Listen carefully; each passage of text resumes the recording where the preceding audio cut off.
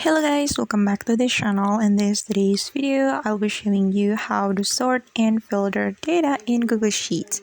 First of all, open your data in Google Sheets mobile app. Then if you want to sort or filter, you can click anywhere on the table like this, and you can click on this three dots button on the top right corner of your screen.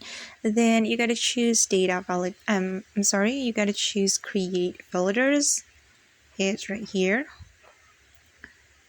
And alright, and if you want to for example to sort the data, we can click on the column that we want to sort, and I'm going to sort the name, and we can click on this button.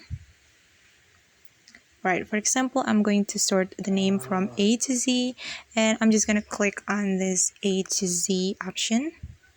Alright, and now the name has been sorted, and we are going to filter the discount. So I'm going to click on this button. Alright, and choose the discount that you want to add to your table.